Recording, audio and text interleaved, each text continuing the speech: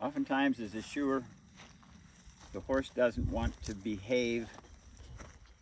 The person that I'm working for may not be there or may not feel comfortable holding the horse. I will show you a knot that we can use. Is probably the best knot in the world for hoof care.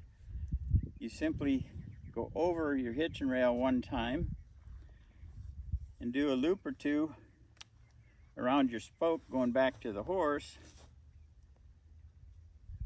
and that horse is tied, but he's not tied hard and fast. That's the safest knot you can have when you're handling a horse that you're not sure of,